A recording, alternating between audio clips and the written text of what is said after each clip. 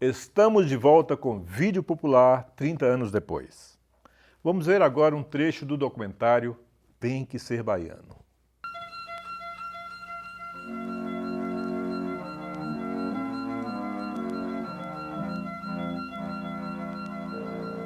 A lavoura cafeeira está ameaçada de ser sacrificada.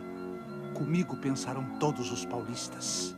A nossa situação não permite tergiversação. Nós devemos aumentar a oferta de mão de obra de modo a influir no custo do salário e diminuir os custos de produção. O imediato nos obriga a lançar mão do colono que se adapte ao sistema de trabalho actual do latifúndio cafeeiro. Eu nada tenho a opor à vinda dos nordestinos. Eu faço votos para que tudo aquilo que o governo do estado de São Paulo nos promete em relação a este grande e extenso movimento seja de fato realidade. Enquanto, por exemplo, passam imagens de trabalhadores no café, se ouve a voz de Antônio Abujamra, recém-falecido, lendo textos escritos por deputados da Assembleia Legislativa de São Paulo de 1934, que é muito preconceituoso sobre o nordestino e tal.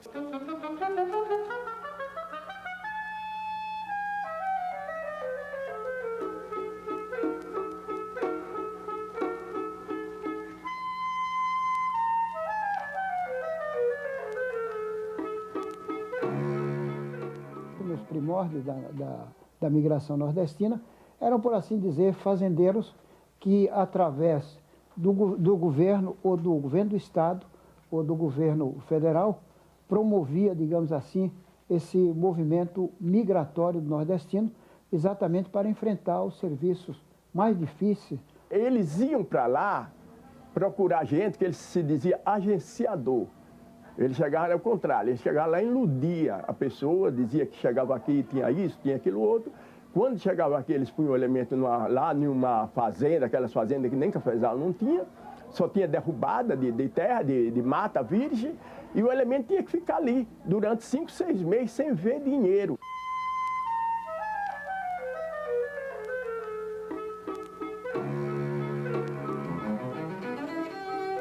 O nordestino é platicéfalo, de sangue preto, e tem uma conformação osteológica diferente da nossa, transparecendo em seus crânios chatos e largos, em seus ígmos salientes, em sua cor de charuto, a grande influência do índio.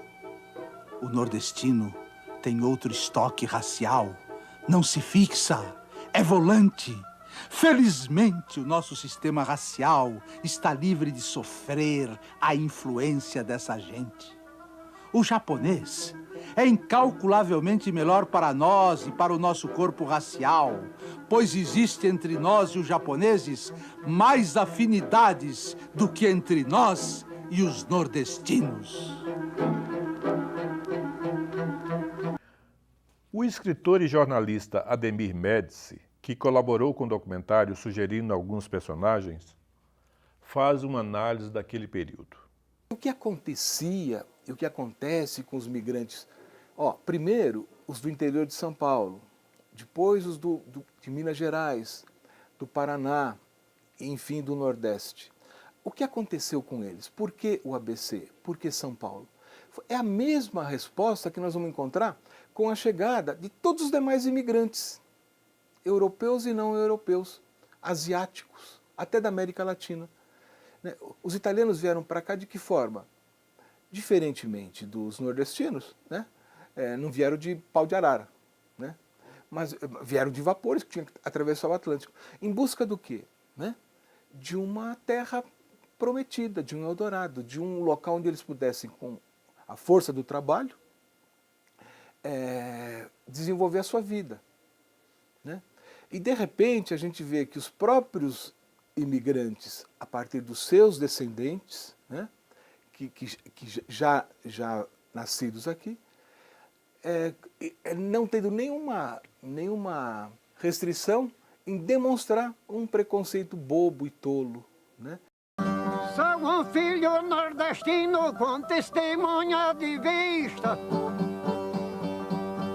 E tem paulista daqui que é metido a egoísta, que foi nordestino quem fez esta capital paulista.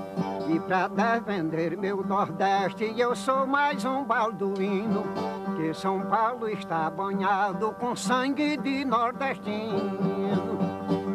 São Paulo, você não pode dizer que é uma cidade unida, não é.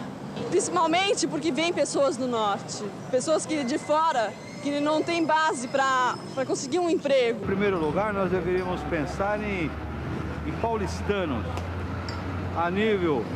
a partir dos paulistanos todos empregados, aí pode vir nordestinos, não tem problema. No meu casebre, no morro onde eu moro, tem uma mulher que sempre eu queria, venerável, eu gostava dela, sempre comigo ela convivia. No meu casebre, no morro onde eu moro, tem uma mulher que sempre eu queria, e venerável, eu gostava dela, sempre comigo ela convivia. Cheguei em São Paulo faz 8 anos, vim lá da Paraíba. Primeiro emprego que eu encontrei, de servente. E simplesmente vim conhecer aqui o Brás, perdi meus documentos, perdi não, roubaram, e agora sou catador de papelão, é com que eu estou vivendo. Primeiramente morava aqui, atrás aqui do meu barraco, nesse terreno que diz que é da Coab, que eu não sei. Então a Polícia Metropolitana queimou 6 barracos meus. Eu estava na rua, quando eu cheguei já estava tudo queimado. Tudo para eles a gente são mendigo, ladrão, não conhece as pessoas. Fica humilhando as pessoas, não conhece. Depois que bate, leva para cadeia, leva para qualquer distrito, aí depois desculpa. Depois que você apanha, não tem jeito. A pessoa que vive na rua é como se ele passasse de repente um policial, pedisse seus documentos, e porque ele não estava empregado, ele não era brasileiro. Eu sei guardar minha dor, apesar de tanto amor. Porque a gente é pobre, mora assim na favela, é sempre mais discriminado, né? Não tem assim, como as pessoas que têm uma casa própria, nunca trata a gente como fosse uma pessoa honestamente, né?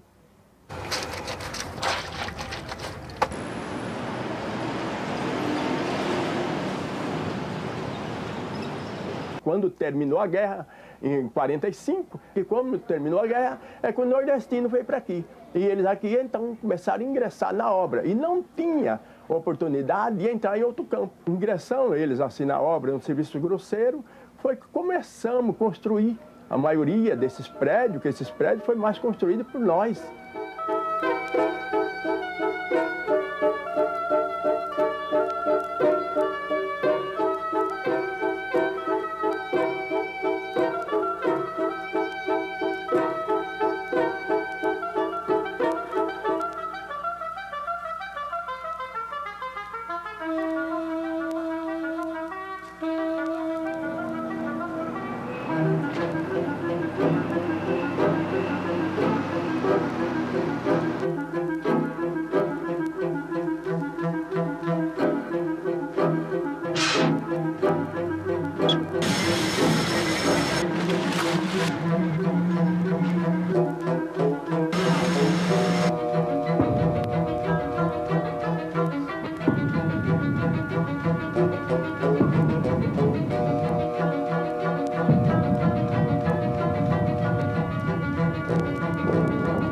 O sentimento que eu tenho de estar aqui em São Paulo é ver tanta gente sofrendo, passando necessidade, no meio de tanta gente rica, sem coração.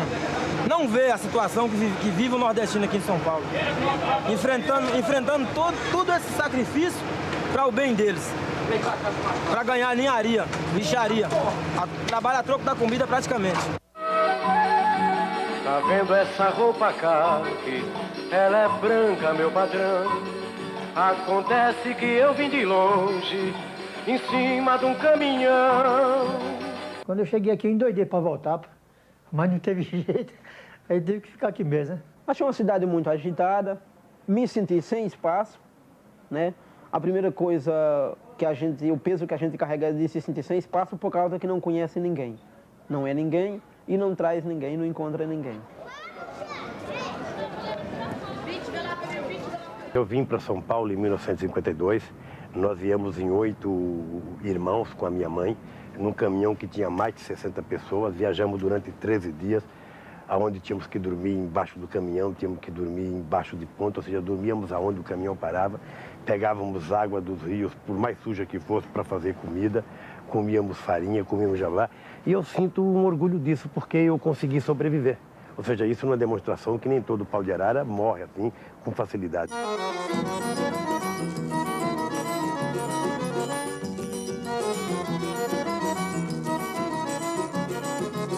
Até já perguntaram uma vez para mim, quando mais jovem, junto dos moleques, por que você sai dos seus países e vem aqui para o Brasil? De modo geral, aqui o paulistano acha que qualquer nortista que veio das divisas de Minas para cá, mesmo já do norte de Minas, chega aqui e é baiano.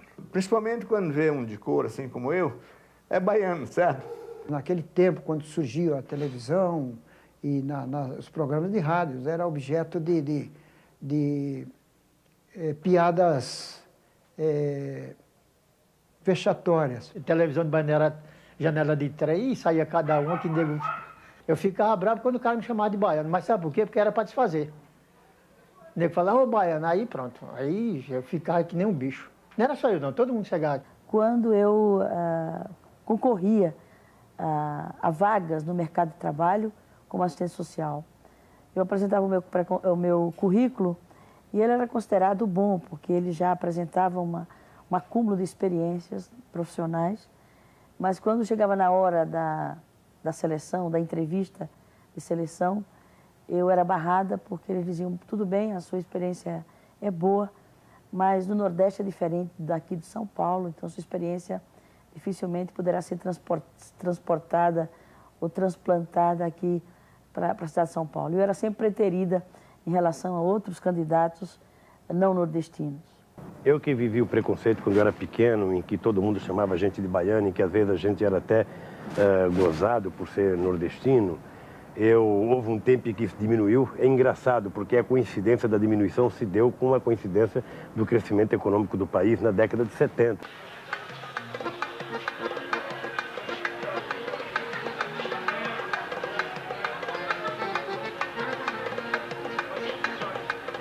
Vem no migrante uma possibilidade de trabalho quando estamos em tempo de expansão da economia. E vem no migrante um estorvo quando estamos em tempo de retraimento da economia. Eu tive um projeto que depois ele foi retirado da pauta porque causou muita polêmica. A Prefeitura de São Paulo tem casas cedidas pela Coab, é uma companhia municipal de casas, de moradias. E neste meu projeto eu previa que somente o morador em São Paulo, com 5 anos no mínimo, é que poderia obter uma casa. Acontece que todo mundo vem para cá logo que casa, que é terreno. Enfim, pensa isso, cai do céu. Nós tivemos em 1990 a iniciativa de tentar evoluir com um projeto de lei que foi arquivado, que traduzia a seguinte hipótese. Seria que o acesso ao serviço público municipal de qualquer cidadão deveria comprovar sua residência em São Paulo por 2 anos. Apesar do Brasil ser um país com várias raças, credos e culturas, mesmo assim, regionalmente, ainda é possível encontrar casos de xenofobia. Mais de 2 décadas se passaram desde que esse documentário foi produzido, mas infelizmente ainda há manifestações preconceituosas e discriminatórias que não promovem a integração. Então, o preconceito, na verdade, ele ressurge cronicamente, porque a fratura social brasileira é enorme e, enfim, os problemas, a atualidade mais recente, a tensão existente atualmente no Brasil é uma prova disso. Não sei se passei no teste também aqui na filmagem, ao lado do parceiro todo cheio de coragem. No carro do improviso também eu já fiz viagem. O que é a nação para você? Uma nação? Uma nação é a união de povos unidos, com governantes pontuais e a justiça correta.